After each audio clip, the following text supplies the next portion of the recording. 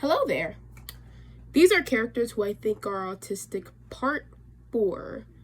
So, for this episode, I want to do something a little different, and that I'm going to make this episode a little bit longer because I'm going to be talking about the amazing digital circus. I really love that show. It's like my current hyperfixation. But anyways, I've been trying to think about for like this series of like which character I can like analyze about who's autistic or something like that. But then I realized that the Amazing Digital Circus show itself is a very autistic coded series because about finding acceptance in a very absurd world. Something that a lot of neurodivergent people and people on the spectrum can relate to. Heck, even a lot of fans of the digital circus are neurodivergent. So I thought, instead of talking about one character, I am going to be ranking each character based on how autistic they are, with these notes in hand that I've researched. With research in hand and some notes in hand, I'm going to be analyzing all 6 characters about autism. Now, because of the fandom we're in, I gotta take some precautions and I gotta leave some disclaimers, some ground rules. First, starters. Kane does not count. Why? Because Kane is a robot, and in my personal humble opinion, robots do not count. The reason for this is because since they're not necessarily human, they're not really programmed to function like humans, which, yes, that makes robots be autistic coded characters, but at the same time they're not really humans. So yeah, sorry Kane and Bubble as well. If they counted, they'd be like in second place. Next ground rule is I will be framing from the comment section. The comment section will be turned off until June 19th, so no chaos or funny business happens and nothing gets leaked for episode 9, because I have not seen episode 9 and I plan to see it on June 19th. And by then, I may or may not, depending on how the movie goes, I may or may not make an update video following this.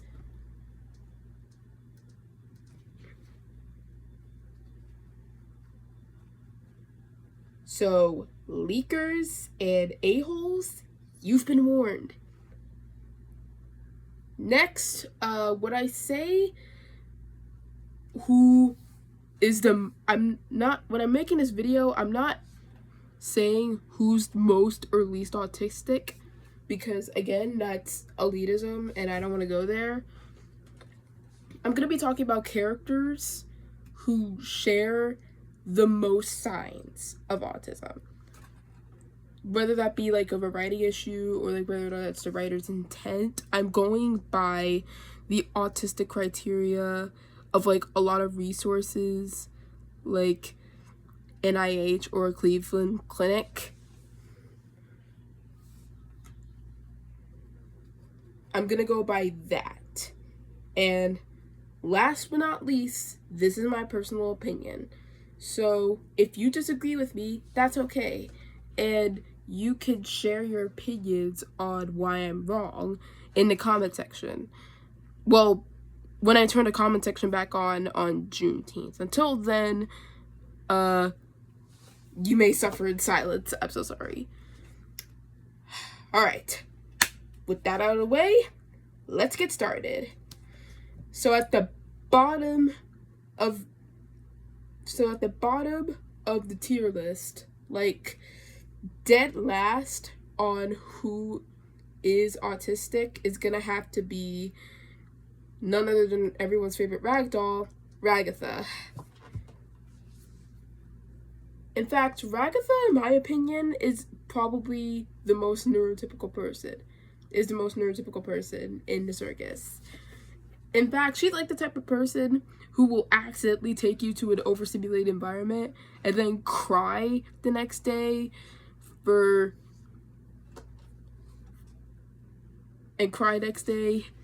text and ask you, hey, did I do something wrong? I'm so sorry. Which, again, no shame to her. Also, when it comes to, like, autism, when we go through the series, we never see her have any atypical social interactions aside from her being a toxic people pleaser. Or we never see any sensory issues. We never see her have any sensory issues. We never really see her mask, or like she does put on a mask and she does bottle up her feelings, but we never really see her be overstimulated by her environment, and we never see her be inflexible with her behavior. She does have a rigidity in rule following, but that could be because she's nice. She does like respond to social cues pretty decently, and she doesn't misinterpret body language, and she does hold eye contact, and a lot of the signs, she doesn't really show a lot of signs of her being autistic.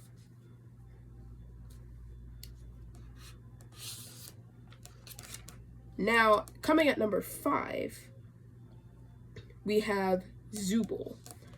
Now, Zubul to me is also neurotypical, but I think Zubul is more neurospicy, meaning they aren't neurodivergent themselves, but they have been around neurodivergent people a lot in order to get their behaviors.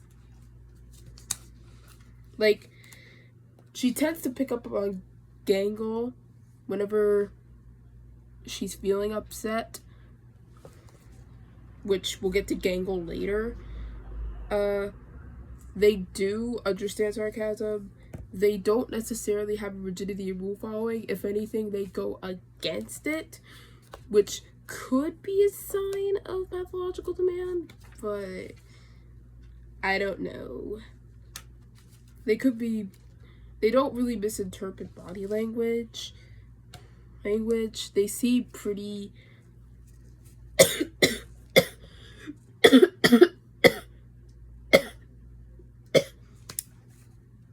aware of their environment.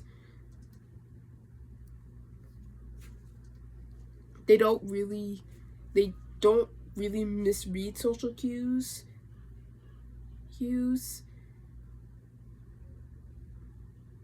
But they do manage to pick up on people's emotions. Alright, now coming at the middle, we have Jax. Now, Jax is a tricky one for me because he's just a mentally screwed up person. Like, I don't doubt that there is something wrong with him. Like, something is obviously wrong with him. And I think we're gonna find out why in episode 9.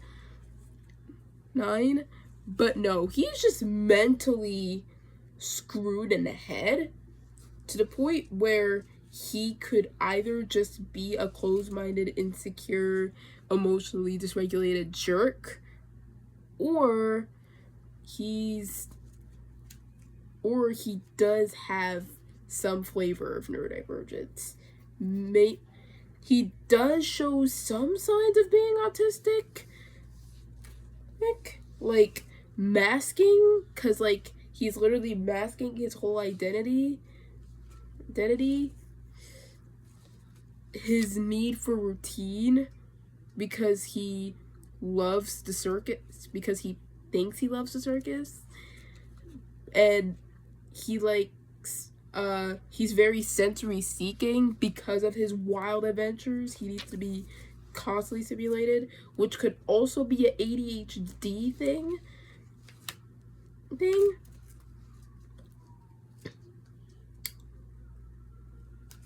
He does,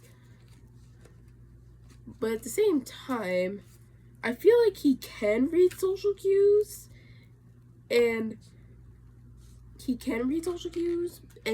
just be rude. Like, again, he does show signs of being autistic or ADHD, but all of that can also be boiled down to he's an a-hole.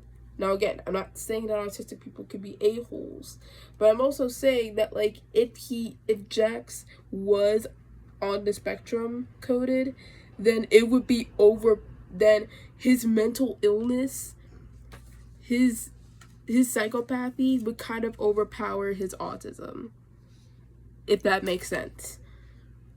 Alright. Now we're coming close. Coming at number 3, we have Kinger. Again, Kinger's another complicated one because he is crazy.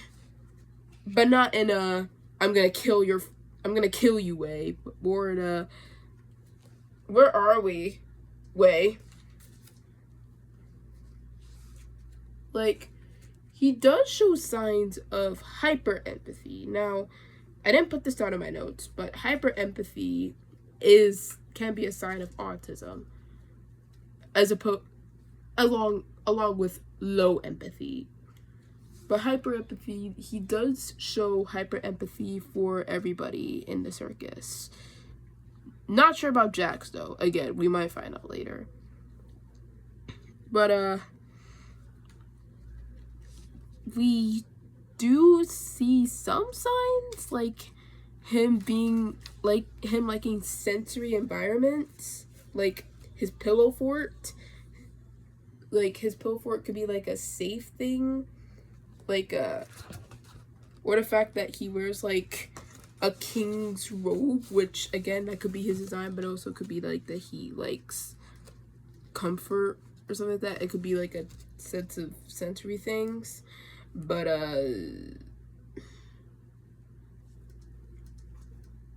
like, wait till he discovers weighted blankets. He does say that he likes bugs because his wife likes bugs, and then he eventually gets into bugs. He gets really excited about butterflies too.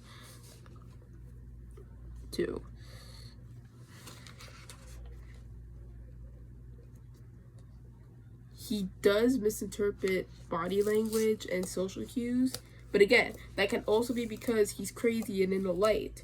But at the same time, I'm not against the idea. He prefers solitude and being by himself, which again, that could also be associated with him being crazy, but could also be a sign of autism. He tends to notice small details when he's in the dark, but sometimes when he's in the light.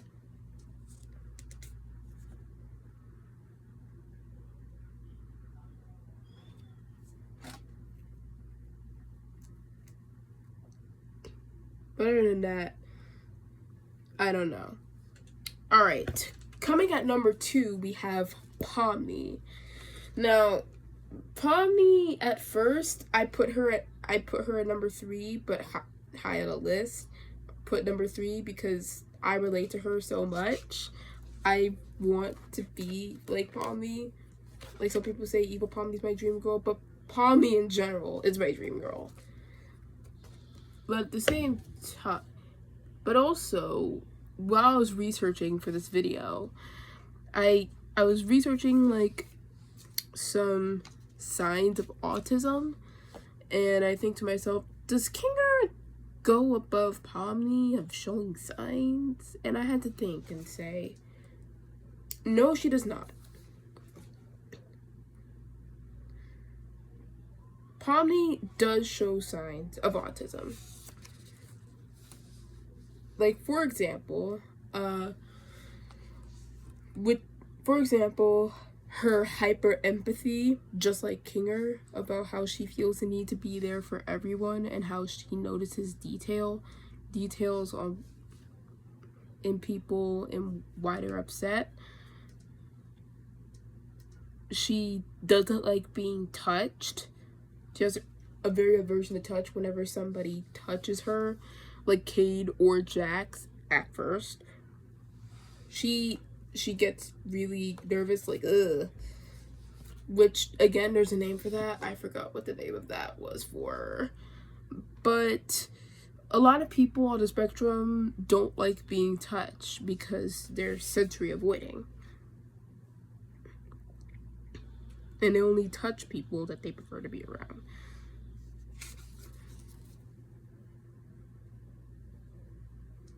Pomni prefers a certain level of routine, like we see in, like, the fast food masquerade episode, because she likes a certain level of routine, which is probably why she liked the burger venture, because it gave her some sort of routine, like at her accounting job, even though she didn't really like it.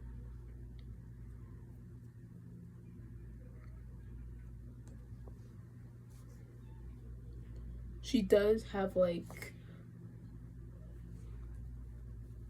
a hyper focus or special interest in gummy goo, to the, like, which is kind of justifiable, but also kind of interferes with her work at the fast food masquerade stuff.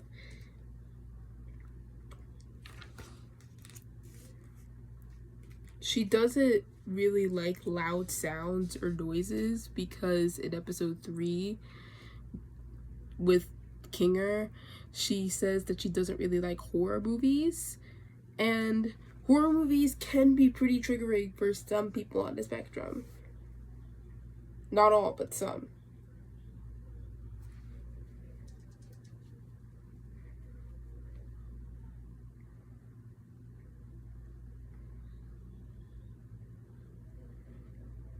And she does have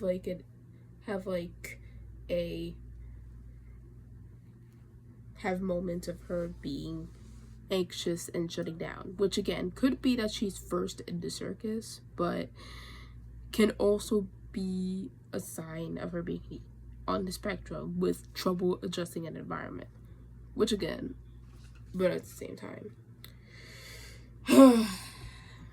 And coming at number 1, we have Gangle.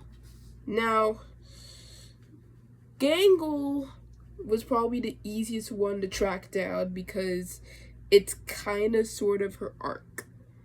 For starters, let's address the elephant in the room, the fast food episode. Gangle was literally putting on a mask. She was masking the whole day, which left her tired. Sound familiar? And at first I was like, oh, she probably has, bipolar, because she has masks. But and I still stand by that point, but maybe bipolar disorder can overlap with autism spectrum disorder.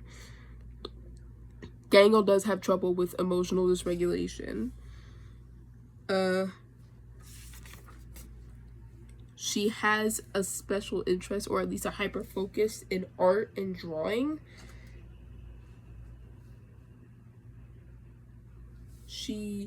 Let's get back to the masking part.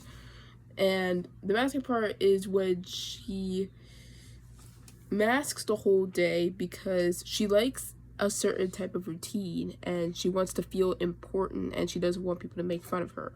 But when people do people do notice that she masks, they notice that she's acting a little funky. Like Jax and Ragatha specifically say that she's weird without her sad mask, which breaks her literally and figuratively.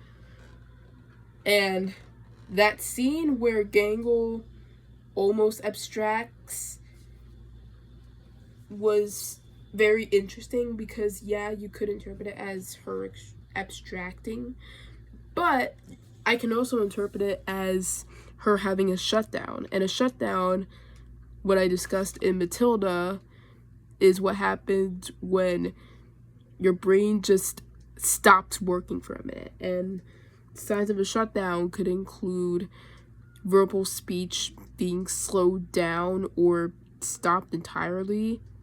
It's a freeze response, and it can be confused for zoning out or dissociating.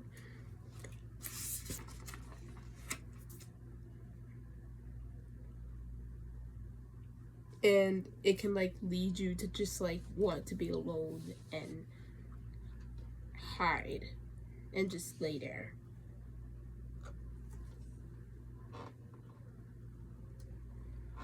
And shutdowns are usually caused by an intense buildup of stress. And there is a lot of tension in episode 4. And Gangle does have a lot of stress that piles up, like Rags accidentally getting the stupid sauce, Jax being uncooperative, Pomni being fixated on gummy goo, even though that was kind of justifiable, and Gangle having to manage everything while also being told that she acts weird while she's putting on a mask. All of that, after their shift is over, breaks her, and she's just laying there dissociated. And then Pomni comes, and which, out of topic, it feels so comforting when Pomni says, "Hey, I can help, you can go home." And Gangle literally takes off the mask. That was pretty cool. One last note is Gangle also has a literal way of thinking, particularly in episode 7, where Kane asks, "You should ask me for suggestions," and then Gangle asks for suggestions, not knowing that it was a trap. Which, again, technically, if it weren't for Gangle, Gangle caused episode 7. I'm joking. Or when Abel announced his name, Gangle was confused, like, when she said, "Does that mean anything?" And he said, "Yeah, I thought it'd be cool."